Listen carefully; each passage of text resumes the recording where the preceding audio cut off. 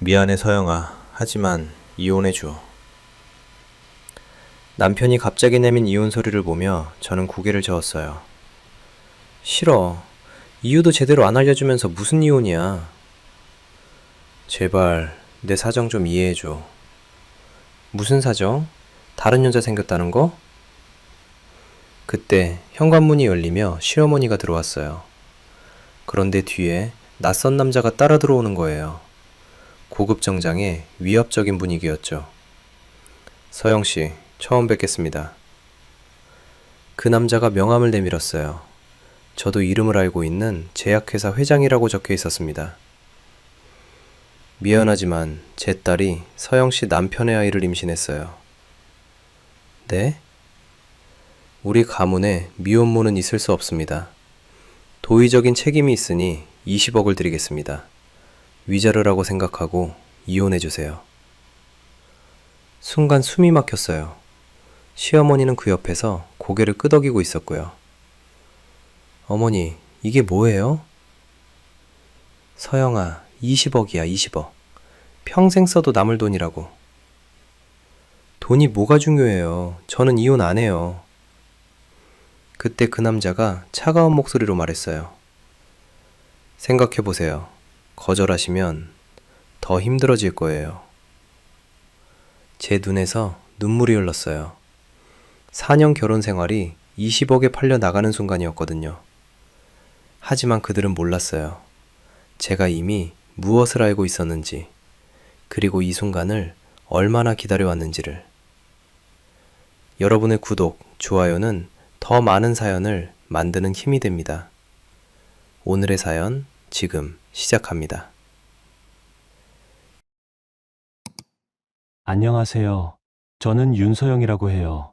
지금은 송도에서 필라테스 스튜디오를 운영하고 있지만 2년 전만 해도 인천의 한반지하 빌라에서 살았거든요.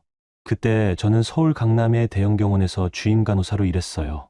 새벽 5시에 일어나 지하철로 2시간을 달려 출근하고 밤 9시가 넘어서야 집에 돌아오는 게 일상이었습니다.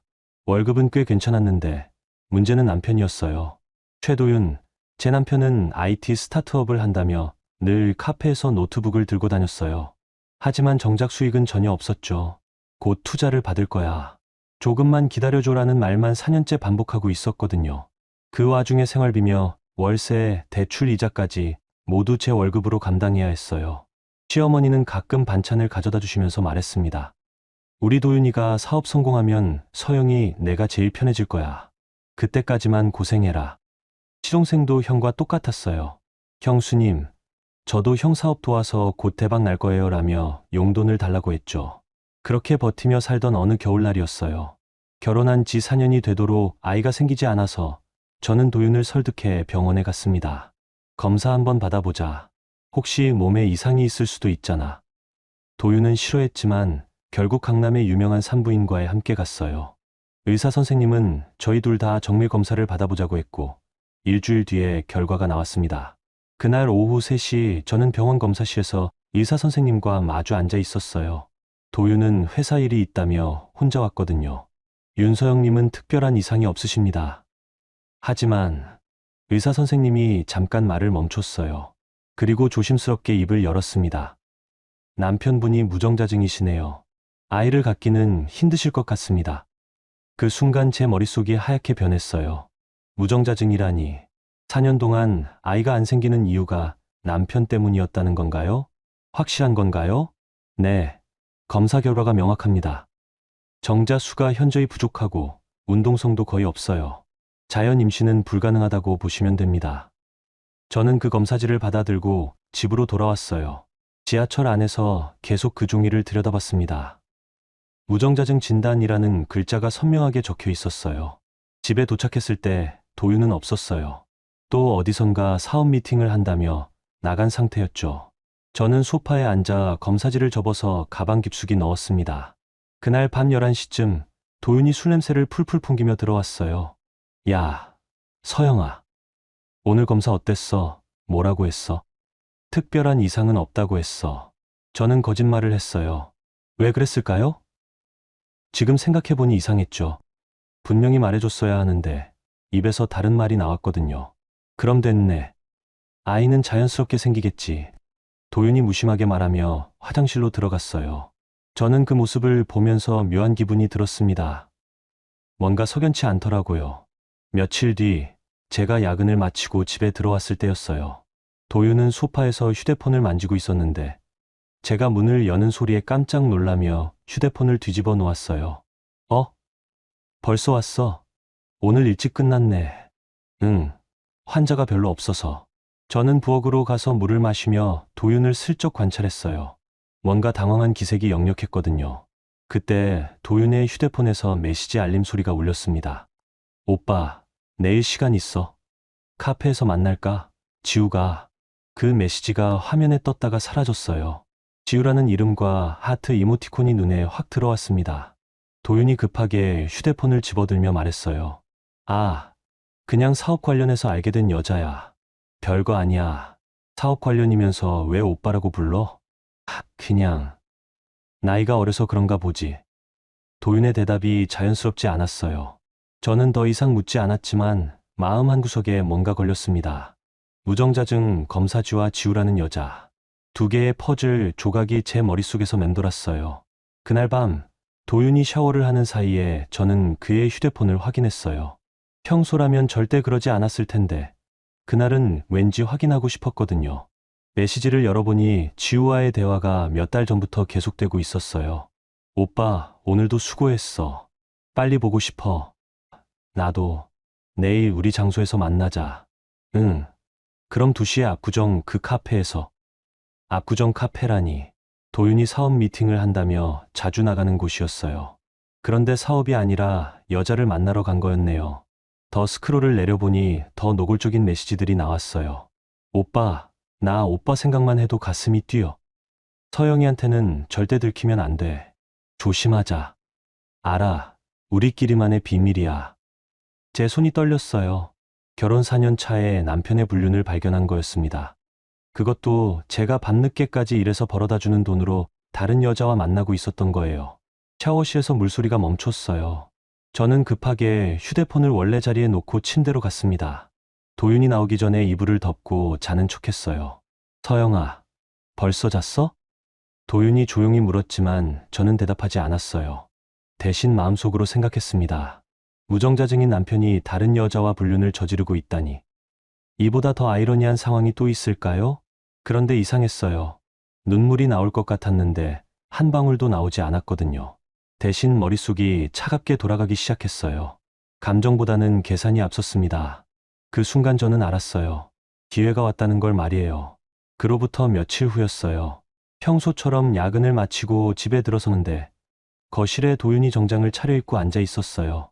뭔가 심각한 표정이었죠. 서영아, 앉아. 할 말이 있어. 저는 가방을 내려놓고 도윤 앞에 앉았어요. 마음의 준비는 이미 되어 있었거든요. 뭔데? 우리 이혼하자. 역시나 나올 말이 나왔네요. 저는 별로 놀라지 않았어요. 오히려 담담하게 되물었습니다. 갑자기 왜? 갑자기가 아니야. 우리 사이 요즘 어떤지 너도 알잖아. 대화도 없고 서로 지쳐가고 있어. 그래서 이혼하자는 거야? 그래. 서로를 위해서라도. 도윤의 목소리에는 확신이 없었어요. 마치 누군가에게 시키는 말을 읽는 것 같았거든요. 그때 현관문을 두드리는 소리가 났어요. 밤 10시가 넘은 시각에 누가 올까요? 도윤이 갑자기 긴장한 표정으로 일어났어요. 아, 그분들이 오셨나 보네. 그분들이 누구? 도윤이 문을 열자 정말 예상치 못한 사람들이 들어왔어요. 검은 정장을 입은 60대 남자와 그 뒤를 따라 시어머니 김정래 씨, 그리고 시동생 상진 씨가 들어왔습니다. 서영 씨, 처음 뵙겠습니다. 저는 황정훈이라고 해요. 황정훈이라니. 들어보니 국내 유명한 제약회사 회장이었어요. 그런 사람이 왜 우리 반지하 빌라에 나타난 걸까요? 무슨 일로 오셨는지 단도직입적으로 말씀드리겠습니다. 제 딸 지우가 도윤 씨와 사귀고 있어요. 그리고 아이를 가졌습니다. 제가 예상했던 말이 나왔어요. 하지만 실제로 들어보니 가슴 한구석이 무너지는 기분이었습니다. 그래서 오셨다는 거죠? 우리 가문에는 이혼모가 있을 수 없어요. 지우가 아이 아버지와 결혼해야 합니다. 당신과 도윤 씨는 이혼하셔야 해요. 회장의 말투는 명령조였어요. 마치 권력으로 사람을 찍어 누르는 듯한 느낌이었죠. 그런 식으로 말씀하시면 곤란하죠. 이혼은 저희 부부가 결정할 문제인데. 물론 그렇죠. 하지만 현실적으로 생각해 보세요. 도윤 씨는 이미 다른 여자의 아이 아버지가 되었어요. 더 이상 이 결혼을 유지할 이유가 있나요? 그때 시어머니가 갑자기 무릎을 꿇으며 말했어요. 아이고, 회장님, 죄송합니다. 저희가 뭘 모르고. 당연히 이혼해야 하죠. 서영아, 넌 이제 그만 가거라. 어머니? 저는 깜짝 놀랐어요. 4년 동안 우리 며느리라고 불러주던 시어머니가 갑자기 저를 내치는 거였거든요. 시동생 상진 씨도 고개를 숙이며 말했어요. 형수님, 죄송해요. 하지만 현실을 받아들이셔야 해요. 형이 다른 여자랑 아이까지 가졌는데. 그래서 다들 저를 내쫓자는 거예요? 내쫓는 게 아니야, 서영아. 우리도 어쩔 수 없는 상황이라고. 도윤이 변명조로 말했어요. 하지만 그의 목소리에는 미안함보다는 안도감이 묻어 있었습니다. 황 회장이 다시 입을 열었어요. 물론 그냥 헤어지라고 하는 건 아닙니다. 위자료를 드리죠. 위자료요? 20억을 드리겠습니다. 당장 이혼 서류에 서명하시면 말이죠. 그 순간 방 안의 공기가 얼어붙었어요. 20억이라는 액수가 너무 커서 실감이 안 났거든요. 시어머니의 눈이 번쩍 뜨였어요. 20억이요? 정말로요? 네, 현금으로 드리겠습니다. 단, 조건이 있어요. 이혼 후에는 도윤 씨나 저희 가족에게 일체 접촉하지 말아야 해요. 그리고 이 일에 대해 절대 외부에 알리면 안 됩니다. 상진 씨도 입을 벌린 채로 말했어요. 형수님, 20억이면 새 인생을 살 수 있는 돈이잖아요. 그래, 서영아. 이게 너한테도 좋은 기회야. 우리 같은 가난한 집에 있지 말고 새로 시작해. 도윤까지 그런 말을 하는 걸 보니 이들이 이미 다 짜고 온 게 분명했어요. 돈 앞에서 4년간의 부부관계 따위는 순식간에 사라진 거였죠. 황 회장이 계속 말했어요. 어떻게 생각하세요? 나쁘지 않은 조건 아닌가요? 당신도 젊으니까 얼마든지 새로운 인생을 살 수 있잖아요. 저는 그들을 차례대로 바라봤어요. 돈 냄새 맡은 시어머니, 형 뒤에 숨어서 고개 끄덕이는 시동생, 죄책감 없이 저를 바라보는 남편, 그리고 권력으로 모든 걸 해결하려는 회장. 20억이면 정말 많은 돈이죠. 그렇습니다. 평생 써도 남을 돈이에요. 하지만 너무 갑작스러운 제안이라서 혼란스럽네요. 사실 저는 전혀 혼란스럽지 않았어요. 오히려 머릿속으로 계산하고 있었거든요. 이 상황을 어떻게 제가 원하는 방향으로 이끌어갈지 말이에요.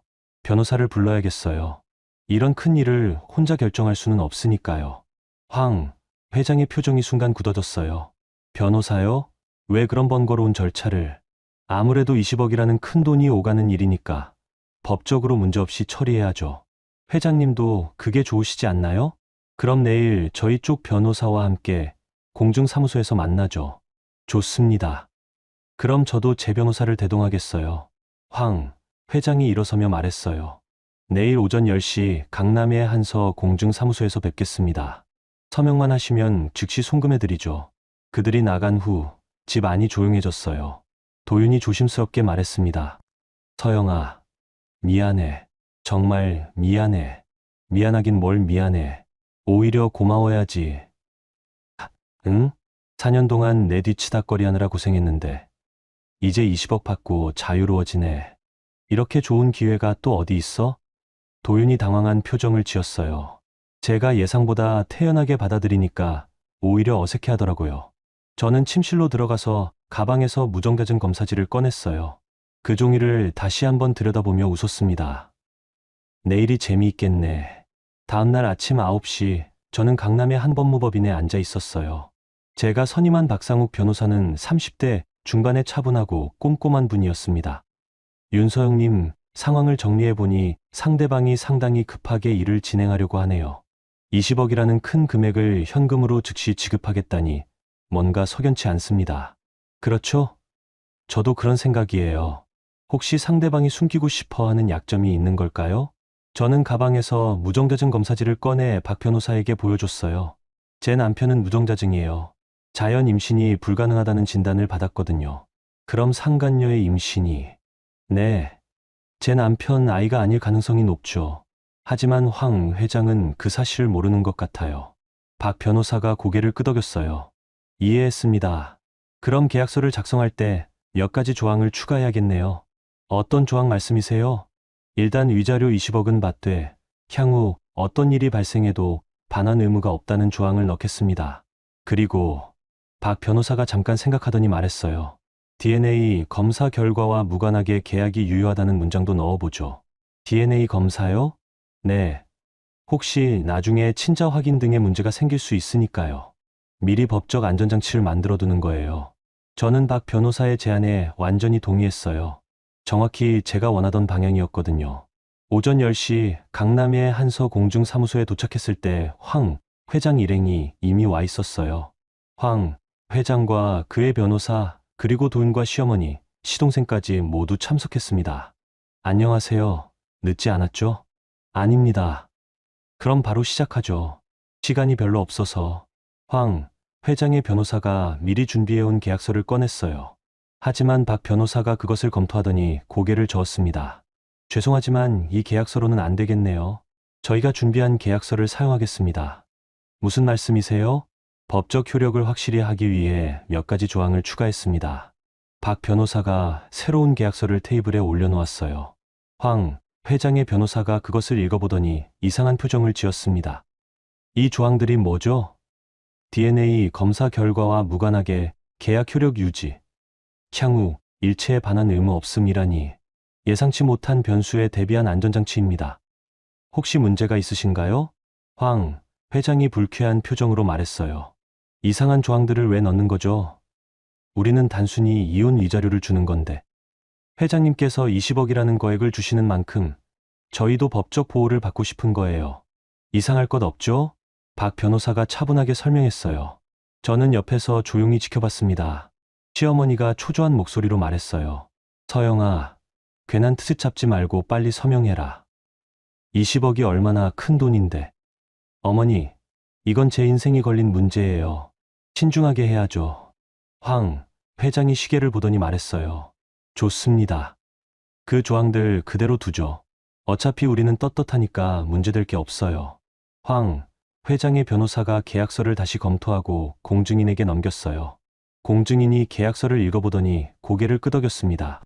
문제 없습니다. 서명해 주시면 됩니다. 황 회장이 먼저 서명했어요. 그 뒤를 이어 도윤도 서명했습니다. 마지막으로 제 차례였어요. 저는 펜을 들고 잠깐 멈춰섰어요. 모든 사람들의 시선이 제게 집중됐죠. 마지막으로 확인하겠습니다. 20억 원, 현금으로 즉시 이체해 주시는 거죠? 그렇습니다. 서명하자마자 송금하겠습니다. 저는 더 이상 망설이지 않고 서명했어요. 윤서영이라는 이름을 또박또박 적었습니다. 황 회장이 즉시 전화를 걸었어요. 지금 송금해. 20억, 윤서영 계좌로. 몇 분 뒤 제 휴대폰에 문자가 왔어요. 20억 원이 입금되었습니다라는 알림이었죠. 시어머니가 환호성을 질렀어요. 아이고, 정말 들어왔네. 20억이 정말 들어왔어. 상진 씨도 흥분해서 말했어요. 형수님, 아니 서영 씨, 정말 축하해요. 이제 새 인생 사시는 거네요. 도윤도 어색하게 웃으며 말했어요. 서영아, 앞으로 행복하게 살아. 미안하고 고마워. 하지만 저는 전혀 감격스럽지 않았어요. 오히려 차분했죠. 그럼 이제 전 가겠습니다. 어디로 가실 거예요? 일단 호텔에서 며칠 지내다가 새 집을 구하려고요. 황 회장이 마지막으로 말했어요. 좋은 선택하셨습니다. 윤서영 씨도 새로운 시작을 하시길 바라요. 저는 공중사무소를 나와 택시를 탔어요. 가방 안에는 공증된 계약서 사본이 들어 있었고 휴대폰에는 20억 원이 입금됐다는 메시지가 떠 있었습니다. 택시 기사님이 물어봤어요. 어디로 모셔드릴까요? 송도 국제도시로 가주세요. 송도요? 멀긴 하지만 좋은 곳이죠. 저는 창밖을 보며 웃었어요. 반지하 빌라의 축축한 공기를 뒤로하고 새로운 곳으로 향하는 길이었습니다. 그날 오후 저는 송도의 한 부동산에서 오션뷰가 보이는 상가 건물을 살펴보고 있었어요. 이 건물 어떠세요? 1층에 상가를 하시고 위층은 주거용으로 쓰시면 될 것 같은데요. 좋네요. 계약하겠습니다. 어머, 정말요? 그럼 계약금은 현금으로 전액 지불하겠습니다. 부동산 중개업소 직원이 놀란 눈으로 저를 바라봤어요. 하지만 저는 태연했습니다. 20억이 있으니까 여유가 있었거든요. 그날 밤 송도의 고급 호텔 스위트룸에서 저는 계약서를 다시 읽어봤어요. 특히 DNA 검사 결과와 무관하게 계약 유효라는 문장을 여러 번 확인했습니다. 이제 게임이 시작이야. 그로부터 한 달 후, 저는 송도의 새 집에서 인테리어 업체와 미팅을 하고 있었어요. 1층은 필라테스 스튜디오로 2층은 주거 공간으로 꾸미려고 했거든요. 이 공간이면 필라테스 기구 20대 정도는 들어갈 것 같은데요. 네, 고급스럽게 해주세요. 송도 신도시 분위기에 맞게. 한편 인천의 반지하 빌라에서는 완전히 다른 풍경이 펼쳐지고 있었어요. 황지우가 도윤의 집에 들어온 첫날부터 집안 분위기가 바뀌었거든요. 20대 후반의 그녀는 어디서나 재벌 2세라는 티를 냈어요. 어머니, 이 반찬은 너무 짜네요. 저는 싱겁게 드시는 걸로 다시 해주세요. 김정래 시어머니는 당황하며 말했어요. 지우야, 괜찮으면 어머니라고 불러도 되는데. 아직은 좀 어색해요. 결혼식도 안 했는데 갑자기 어머니라고 부르기가. 지우는 시어머니를 계속 어머니라고 부르지 않고 그냥 넘어갔어요. 그러면서 마치 집주인처럼 이것저것 지시했죠. 상진 씨, 제가 좋아하는 과일 좀 사다 주실 수 있어요? 임신부한테는 영양이 중요하거든요. 상진은 형수 앞에서 고개를 숙이며 말했어요. 네, 알겠어요. 어떤 과일을 좋아하세요? 체리, 딸기, 그리고 수입 포도요. 꼭 백화점에서 사오세요. 동네 마트 건 싫어요. 백화점 과일 값이 얼마인지 상진은 잘 알고 있었어요. 하지만 거절할 수 없었죠. 20억 때문에 이들은 지우의 눈치를 봐야 했거든요. 도윤의 상황은 더 참담했어요. 황 회장이 약속한 좋은 자리는 알고 보니 제약회사 물류창고의 말단 직원이었어요. 최도윤 씨, 오늘 야근 가능하죠? 네, 알겠습니다. 창고 주임이 도윤을 부르는 목소리에는 존댓말이 없었어요. 나이도 어린 주임이 도윤을 함부로 대했지만 도윤은 항의할 수도 없었습니다. 황 회장님의 사위라면서요? 그런데 왜 여기서 일하세요? 그냥 일 배우려고요. 아, 그래요? 그럼 더 열심히 하셔야겠네요. 기대가 크니까. 동료들의 시선도 곱지 않았어요. 재벌 사위라면서 왜 창고에서 상자나 나르고 있는지 이해할 수 없다는 표정이었죠. 집에 돌아온 도윤은 온몸이 아팠어요. 사무직만 해본 그에게 물류창고 일은 너무 힘들었거든요. 오빠, 왜 이렇게 늦어? 저녁 다 식었잖아. 지우가 불만 섞인 목소리로 말했어요. 미안해. 야근 때문에. 야근이 뭐가 그렇게 중요해? 아빠한테 말해서 다른 부서로 옮겨달라고 하지. 그건 좀 그래. 왜? 우리가 결혼할 사이인데 뭐가 그래? 도윤은 대답할 말이 없었어요. 황 회장이 자신을 어떻게 생각하는지 이미 알고 있었거든요. 그냥 딸의 실수를 덮어주기 위한 들러리 같은 존재라는 걸 말이에요. 시어머니 김정래는 더 심각한 상황이었어요.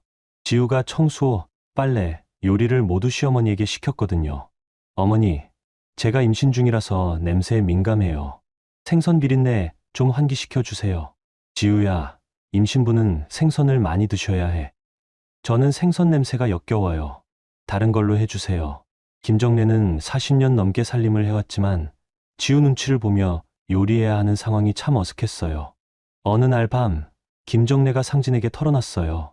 상진아, 이게 맞나? 우리가 20억 받긴 했지만 이렇게 사는 게 맞는 건가? 엄마, 참으세요. 지우가 황 회장 딸이잖아요. 우리가 잘해드리면 나중에 더 좋은 일이 생길 거예요.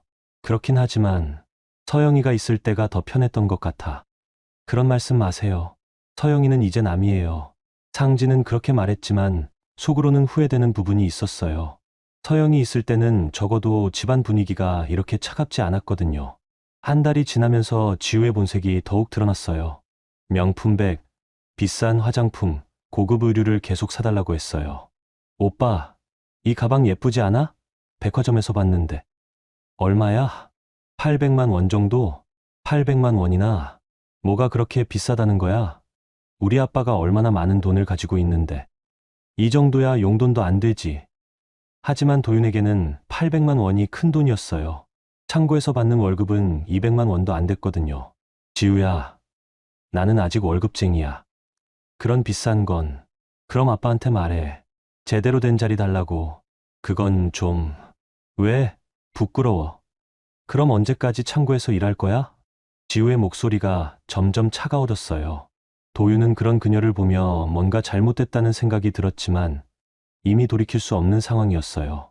집안에서 유일하게 웃음소리가 나는 때는 은행 잔고를 확인할 때뿐이었어요. 20억이 정말 있네. 이거 실화야? 상진이 통장을 보며 감탄했어요. 하지만 그 돈은 함부로 쓸 수 없었죠. 지우와 결혼식, 신혼집 마련 등등 써야 할 곳이 한두 곳이 아니었거든요. 상진아, 우리 집도 이참에 좀 큰 데로 이사 가자. 좋죠, 어머니. 이제 우리도 제대로 된 동네에서 살 수 있어요. 김정래와 상진은 부동산을 알아보기 시작했어요. 하지만 정작 도윤은 그런 계획에 별로 관심이 없어 보였어요. 매일 밤 창고, 일로 지쳐서 돌아오는 그에게는 이사고 뭐고 다 귀찮았거든요. 형, 새집 구경 같이 안 가요? 너희끼리 가. 나는 피곤해. 도윤이 소파에 쓰러지듯 앉아있을 때 지우가 옆에 왔어요. 오빠, 요즘 너무 피곤해하는 것 같은데. 아빠한테 얘기해볼까? 됐어. 그냥 놔둬. 왜 그래? 우리 곧 결혼할 사이인데. 도윤이 지우를 바라봤어요. 예전에 카페에서 만나던 그 달콤했던 분위기는 온데간데 없었어요. 현실에서 만난 지우는 너무 현실적이고 차가웠거든요. 그날 밤 도윤은 혼자 생각했어요. 이게 내가 원하던 삶이었나? 20억이라는 돈과 재벌가 사위라는 타이틀을 얻었지만 정작 행복하지는 않았어요. 오히려 서영과 함께 살던 반지하 빌라에서가 더 편했던 것 같았거든요. 그때는 적어도 누군가의 눈치를 보며 살지는 않았으니까요. 하지만 이미 선택은 끝났어요. 이제 와서 후회해도 소용없었죠. 여러분, 여기까지 들어보시니 어떠세요? 20억을 받고 새 인생을 시작한 서영 씨와 달리 돈을 받았다고 생각했던 도윤 일가는 오히려 더 불편한 상황에 처하게 되었네요. 재벌가에 들어간다는 게 생각만큼 쉬운 일이 아니었던 것 같아요. 그런데 정말 중요한 이야기는 지금부터 시작됩니다. 과연 이들에게 어떤 일이 벌어질까요? 그럼 여러분, 다음 이야기도 계속 들어봐 주세요. 그로부터 6개월 후, 분당의 한 고급 산후조리원에서 축하 파티가 열렸어요. 황지우가 드디어 아이를 낳았거든요. 황 회장은 대가족과 친지들을 초대해서 성대한 출산 파티를 준비했어요. 도윤 일가도 모두 참석했죠. 축하합니다, 회장님. 손자가 태어났네요. 김정래 시어머니가 꽃다발을 들고 인사했어요. 하지만 황 회장의 표정이 뭔가 어둡더라고요. 네, 고맙습니다. 뭔가 이상했어요. 손자 탄생을 축하하는 자리인데 회장의 목소리에는 기쁨이 없었거든요. 도윤이 조심스럽게 물어봤어요. 아이는 건강하죠? 네, 건강해요. 다만, 황 회장이 말을 멈췄어요. 그때 간호사가 신생아실에서 아기를 데리고 나왔습니다. 사람들이 아기를 보려고 모여들었는데 순간 조용해졌어요. 아기의 머리카락이 금발이었거든요. 그리고 눈도 파란색이었어요. 이 아기, 혹시 혼혈인가요? 친지 중 한 명이 작은 소리로 물어봤어요. 분위기가 순식간에 어색해졌죠. 지우가 당황한 기색으로 말했어요. 아, 그게 제가 어릴 때 미국에서 살아서 그런가 봐요. 하지만 그건 말이 안 되는 설명이었어요. 부모가 모두 한국인인데 아이가 금발일 리는 없었거든요. 황 회장의 얼굴이 점점 굳어졌어요. 도윤도 멍한 표정으로 아기를 바라봤습니다. 지우야, 이거 정말 우리 아이 맞아? 오빠, 무슨 말이야? 당연히 우리 아이지. 하지만 지우의 목소리가 떨리고 있었어요. 뭔가 숨기고 있다는 게 확실했죠. 그날 밤, 황 회장은 지우를 따로 불러서 추궁했어요. 지우야, 정직하게 말해라. 그 아이 아버지가 정말 도윤이냐? 아빠, 왜 그러세요? 당연히 오빠 아이예요. 그럼 왜 아이가 금발이냐? 혼혈이 아니면 설명이 안 되잖아. 지우가 울음을 터뜨렸어요. 아빠, 저도 모르겠어요. 정말 모르겠다고요. 황 회장이 화를 냈어요. 지금까지 나한테 거짓말을 한 거야? 다른 남자랑 만난 거 아니야? 아니에요. 정말 오빠랑만 만났다고요. 하지만 황 회장은 믿지 않았어요. 아이의 외모가 너무 확실한 증거였거든요. 이튿날 황 회장은 개인 조사를 시작했어요. 지우의 과거를 샅샅이 뒤져본 거죠. 결과는 충격적이었어요. 지우가 미국 유학 시절에 사귀던 남자친구가 한국으로 들어와 영어 강사로 일하고 있다는 사실이 드러났거든요. 제임스 윌슨, 28세. 현재 강남의 한 영어학원에서 근무 중. 조사업체에서 받은 보고서를 보며 황 회장의 얼굴이 새하얗게 변했어요. 그럼 이 남자가 진짜 아버지라는 거군. 그럴 가능성이 높습니다. DNA 검사를 해보시는 게 좋겠어요. 황 회장은 즉시 도윤을 불러서 말했어요. 도윤 씨, 친자 확인 검사를 해야겠어요. 네? 갑자기 왜요? 아이의 외모가 좀 이상하지 않나요? 도윤도 사실 그 생각을 하고 있었어요. 금발의 파란 눈의 아기를 보면서 뭔가 석연치 않다고 느꼈거든요. 그럼 검사를 해보죠. 3일 후 유전자 검사 결과가 나왔어요. 결과는 명확했습니다. 친자 관계가 아닙니다. 도윤 씨는 이 아이의 생물학적 아버지가 아니에요. 그 순간 황 회장이 폭발했어요. 지우, 당장 여기 와. 지우가 떨리는 목소리로 말했어요. 아빠, 저도 몰랐어요. 정말 몰랐다고요. 몰랐다고? 다른 남자와 관계를 가졌으면서 몰랐다고? 제임스랑은 진짜 끝났다고 생각했어요.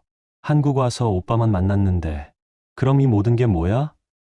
내가 20억이나 주면서 이혼시킨 게 뭐냐고. 황 회장이 도윤을 향해 소리쳤어요. 도윤, 내 아이라며 내가 책임지겠다고 했잖아. 저도 몰랐어요. 지우가 제 아이라고 해서. 몰랐다고? 그럼 지금까지 뭐 한 거야? 도윤도 당황스러웠어요. 6개월 동안 창고에서 야근하고 지우 눈치 보며 살았는데 알고 보니 아이가 자기 것도 아니었던 거죠. 김정래 시어머니가 옆에서 벌벌 떨며 말했어요. 회장님, 저희도 정말 몰랐어요. 지우가 분명히 우리 아들 아이라고 했는데. 모르긴 뭘 몰라.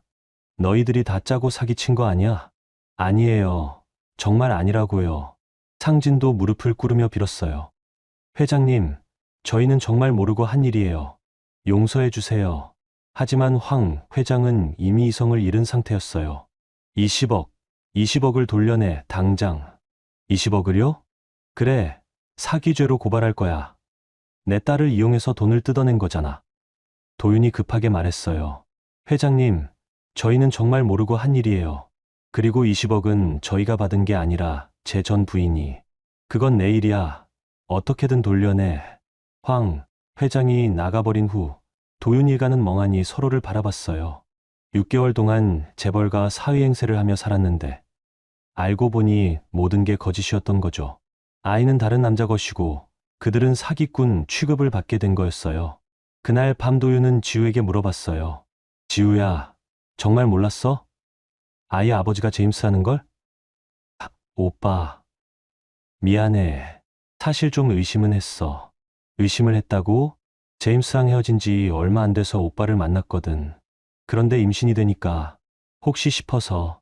그럼 나를 이용한 거야? 지우가 울면서 말했어요. 그런 게 아니야. 정말 오빠를 좋아했어. 근데 아이 문제 때문에 도윤은 더 이상 듣고 싶지 않았어요. 결국 자신이 이용당한 거였으니까요. 친자 확인 검사 결과가 나온 다음 날, 황 회장은 즉시 행동에 나섰어요. 제일 먼저 변호사를 불러서 법적 대응 방안을 논의했죠. 회장님, 사기죄로 고발하시려면 명확한 증거가 필요합니다. 상대방이 고의로 속였다는 걸 입증해야 해요. 명확한 증거.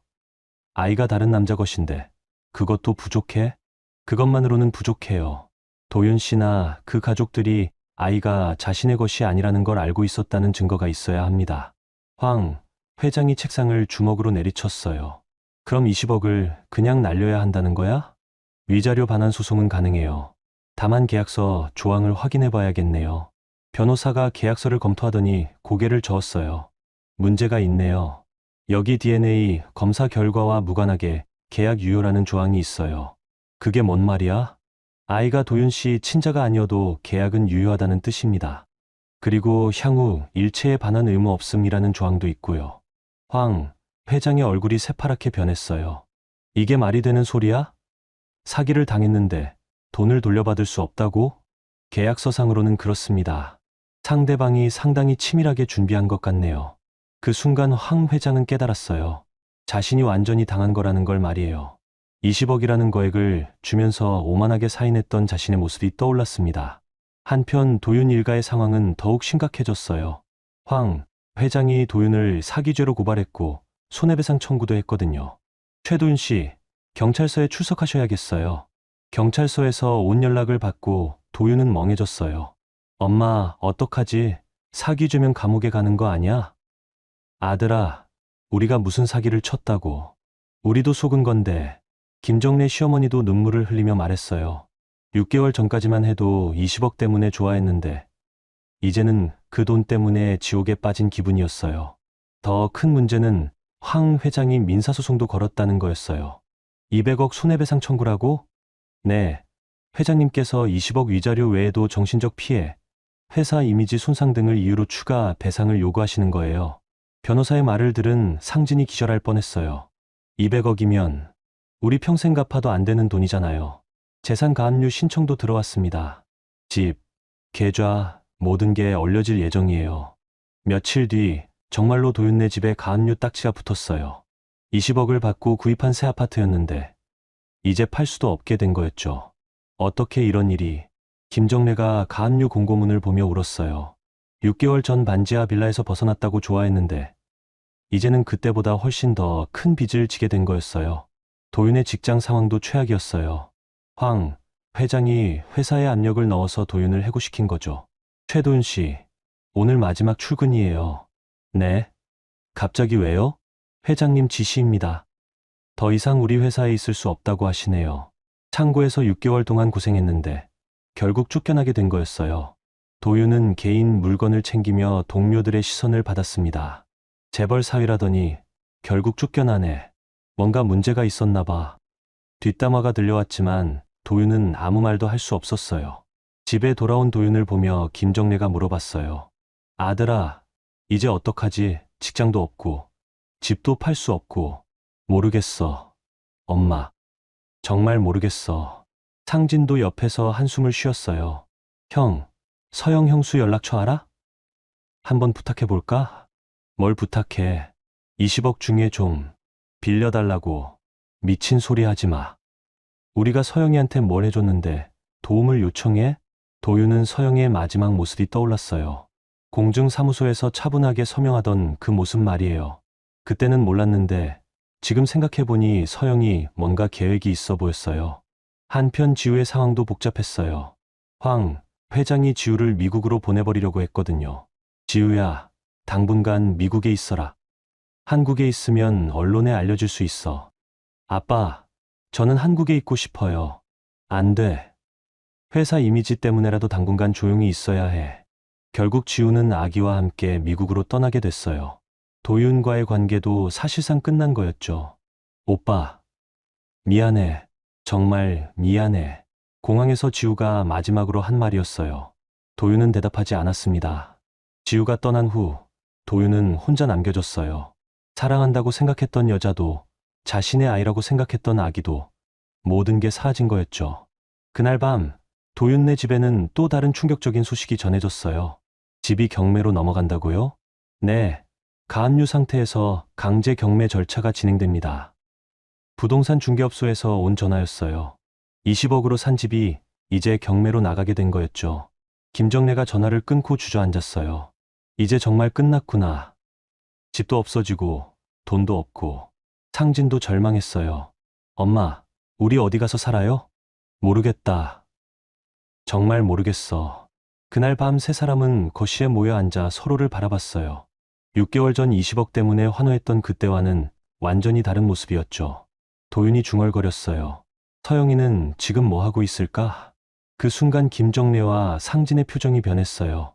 모두 같은 생각을 하고 있었거든요. 서영이 받은 20억, 그리고 그 계약서의 이상한 조항들. 혹시 서영이가 처음부터 뭔가 알고 있었던 걸까? 2년이 흘렀어요. 오늘은 제가 송도에서 필라테스 스튜디오를 여는 날이었습니다. 오션뷰 필라테스라는 간판이 햇빛에 반짝이고 있었어요. 스튜디오는 정말 멋있게 꾸며졌어요.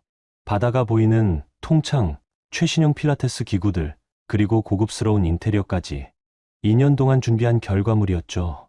오픈 행사에는 제 친구들과 동료들이 많이 와주셨어요. 축하, 화환도 가득했고요. 서영아, 정말 대단하다. 이런 곳을 혼자 다 만들었다니. 고마워. 많이 도와줘서. 저는 기분 좋게 손님들을 맞고 있었어요. 그런데 오전 11시쯤 스튜디오 앞에 낡은 차 한 대가 섰습니다. 차에서 내린 사람들을 보고 저는 순간 놀랐어요. 도윤과 김정래 시어머니, 그리고 상진 씨였거든요. 2년 만에 보는 그들의 모습은 말이 아니었어요. 옷은 해지고 얼굴은 초췌했죠. 특히 도윤은 많이 말랐어요. 그들이 스튜디오 안으로 들어오자 분위기가 순간 어색해졌어요. 서영이구나. 김정래 씨가 떨리는 목소리로 말했어요. 어머니, 어떻게 여기를. 서영아, 우리 잠깐 얘기 좀 하자. 도윤이 간절한 눈빛으로 말했어요. 저는 손님들에게 양해를 구하고 그들을 스튜디오 한쪽 상담실로 안내했어요. 앉으세요. 커피라도 드릴까요? 아니야. 그런 거 됐어. 도윤이 급하게 말을 꺼냈어요. 서영아, 우리 정말 큰일 났어. 무슨 일인데요? 황 회장이 우리를 사기죄로 고발했어. 그리고 200억 손해배상 청구도 했고, 제가 놀란 척 물어봤어요. 200억이요? 왜요? 상진이 울먹거리며 말했어요. 형수님, 아니 서영 씨, 지우의 아이가, 아이가 아니었어요. 네. 친자 확인을 해보니까 완전히 다른 사람 아이였어요. 혼혈이었거든요. 저는 속으로 웃었지만 겉으로는 놀란 표정을 지었어요. 그럼 처음부터 거짓말이었다는 거예요? 김정래 씨가 손을 잡으며 빌었어요. 서영아, 우리가 잘못했어. 정말 잘못했다고. 그때 너를 버린 거 너무 후회돼. 어머니, 우리 집도 경매로 넘어갔어.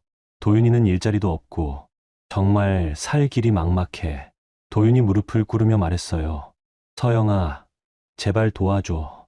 20억 중에 조금만. 아니면 우리가 죽을 수밖에 없어. 그 순간 스튜디오 입구에서 큰 소리가 났어요. 여기 있었구나. 돌아보니 황정훈 회장이 들어오고 있었어요. 2년 전보다 훨씬 늙어 보였지만 여전히 위압적이었죠.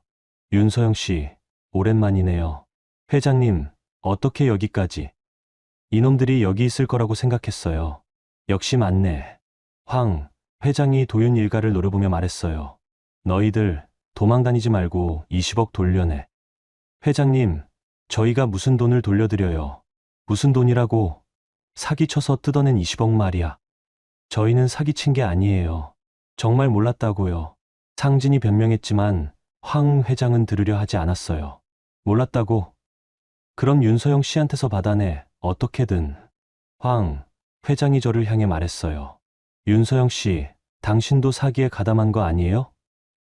20억이 어디서 나온 돈인지 알잖아요. 저는 차분하게 가방에서 서류를 꺼냈어요. 회장님, 이거 기억하세요? 이게 뭐죠? 2년 전에 공증받은 계약서예요. 저는 계약서를 펼쳐서 특정 부분을 가리켰어요. 여기 봐주세요. DNA 검사 결과와 무관하게 계약 유효라고 되어 있어요. 황 회장의 얼굴이 굳어졌어요. 그리고 향후 일체에 반한 의무 없음이라고도 되어 있고요. 그건 회장님께서 직접 사인하신 거예요. 저는 아무 잘못이 없어요. 그때 도윤이 갑자기 소리쳤어요. 서영아, 너 지금 우리가 이렇게 망하는 게 재미있어? 재미있다고요? 그래. 너는 20억 받고 이렇게 잘 살고 있으면서 우리는 거지가 되도록 냅둘 거야? 저는 조용히 일어서서 말했어요. 도윤 씨, 제가 왜 이 돈을 돌려드려야 하죠? 우리가 전 부부잖아. 전 부부요? 전 부부라면서 저를 배신하고 다른 여자한테 가신 분이 뭔 소리를 하는 거예요? 김정래 씨가 애원했어요. 서영아, 제발. 우리 모두 죽을 거야. 어머니, 그때 저를 내쫓을 때는 생각 안 하셨죠? 20억 앞에서 저를 짐짝 취급하시면서 상진도 울면서 말했어요. 형수님, 우리가 잘못했어요. 정말 잘못했으니까 살려주세요. 저는 그들을 차례로 바라봤어요. 2년 전 그들이 저를 대했던 태도가 생생하게 떠올랐거든요. 그때 황 회장이 화를 내며 말했어요. 윤서영 씨, 도덕적으로 생각해봐요. 사기당한 사람한테서 받은 돈이 아니에요. 사기요? 저는 웃으며 말했어요. 회장님, 제가 언제 거짓말을 했나요? 저는 처음부터 끝까지 사실만 말했는데요. 그럼 도윤이 아이의 아버지가 아니라는 걸 알고 있었다는 거예요? 네, 알고 있었어요. 그 순간 방 안이 조용해졌어요. 모든 사람들이 저를 바라봤죠. 도윤이 떨리는 목소리로 물어봤어요. 뭐라고? 도윤 씨가 무정자증이라는 걸 처음부터 알고 있었어요. 무정자증? 황 회장이 멍한 표정을 지었어요. 병원에서 검사받을 때 결과지를 받았거든요. 도윤 씨는 자연임신이 불가능하다고 나왔어요. 김정래 씨가 기절할 뻔했어요. 그럼 처음부터 우리 도윤이 아이의 아버지가 될 수 없다는 걸. 네, 알고 있었어요. 그래서 계약서에 그런 조항을 넣은 거예요. 저는 무정자증 검사지를 가방에서 꺼내 보여줬어요. 이게 2년 전 검사 결과예요. 도윤 씨 무정자증 확정.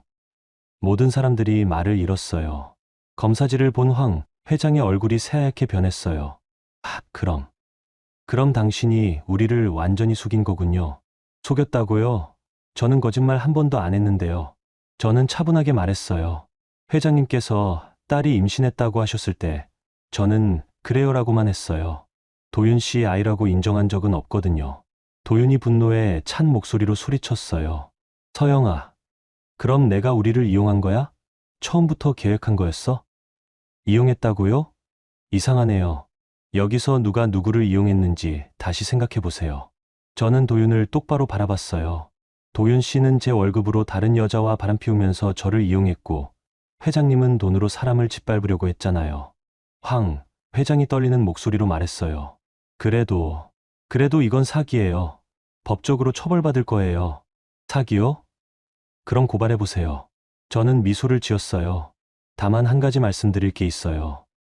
뭐죠? 회장님도 30년 전에 비슷한 일을 하셨죠. 순간 황 회장의 표정이 굳어졌어요. 무슨 소리죠? 30년 전에 첫 번째 부인을 버리고 재혼하신 거 말이에요. 그때도 불륜이 원인이었죠. 황 회장이 후들거렸어요. 그건 어떻게? 회장님 첫 번째 부인분이 지금 미국에 살고 계시거든요. 전화 통화도 몇 번 했고요. 저는 가방에서 녹음기를 꺼내 보였어요. 이분이 들려준 이야기가 참 재미있어요. 30년 전에 회장님이 어떻게 재산을 독차지했는지 다 기록되어 있어요. 그걸 왜? 혹시 모르니까 준비해 둔 거예요. 회장님 같은 분들은 언제 어떻게 나올지 모르잖아요. 황 회장이 주저앉을 뻔했어요. 제발. 그건 너무 오래된 일이에요. 오래된 일이라고요? 그럼 제가 당한 일은 최근 일이니까 더 생생하네요. 그때 도윤이 갑자기 저에게 덤벼들려고 했어요. 이년아, 내가 우리를 망친 거야. 하지만 상진이 도윤을 붙잡았어요. 형, 안 돼요. 여기서 그러면 더 큰일 나요. 김정래 씨가 울면서 말했어요. 서영아, 제발. 우리도 사람이야. 이렇게 죽으라고 하지는 말아라. 어머니, 그때 저에게 같은 말 하셨나요? 저한테는 20억 앞에서 당장 꺼지라고 하셨잖아요. 우리가 정말 잘못했어. 빌어줄게. 김정래 씨가 바닥에 무릎을 꿇었어요. 하지만 저는 냉정했어요. 어머니, 늦었어요. 2년 전에 선택하셨잖아요. 황 회장이 마지막으로 협박을 시도했어요. 윤서영 씨, 당신도 조심하는 게 좋을 거예요. 내가 어떤 사람인지 알잖아요. 협박이세요? 저는 웃었어요. 회장님, 지금 시대가 언제인데 그런 식으로 나오세요.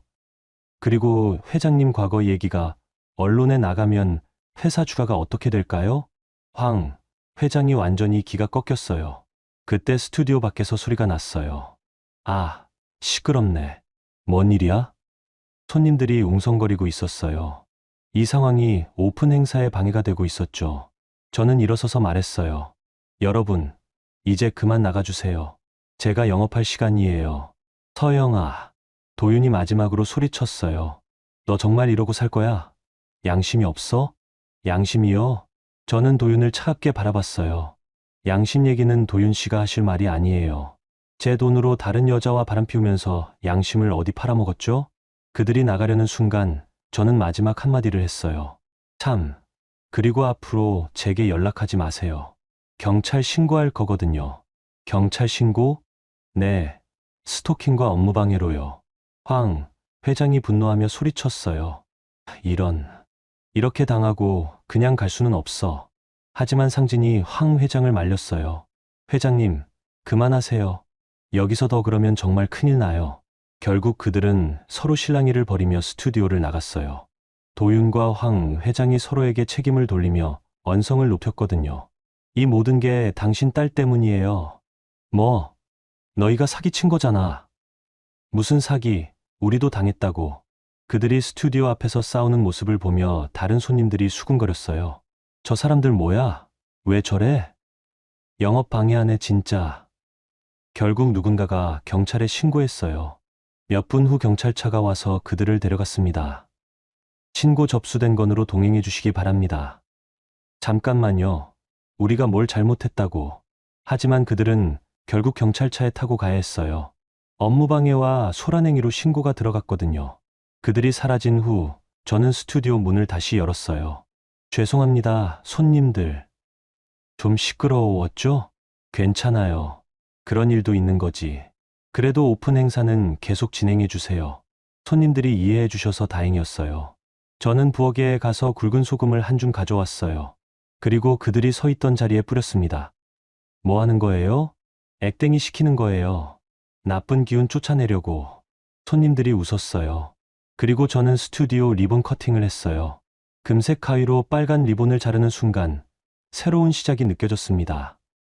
축하합니다. 박수가 터져 나왔어요. 저는 큰 유리창 너머로 바다를 바라봤어요. 파란 바다가 햇살에 반짝이고 있었습니다.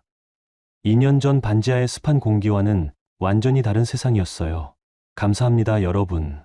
오션뷰 필라테스 오늘부터 시작합니다. 여러분, 오늘 이야기 어떠셨어요? 참 복잡하고도 시원한 이야기였죠? 서영 씨가 처음부터 모든 걸 계획했다는 반전, 정말 깜짝 놀라셨을 것 같아요.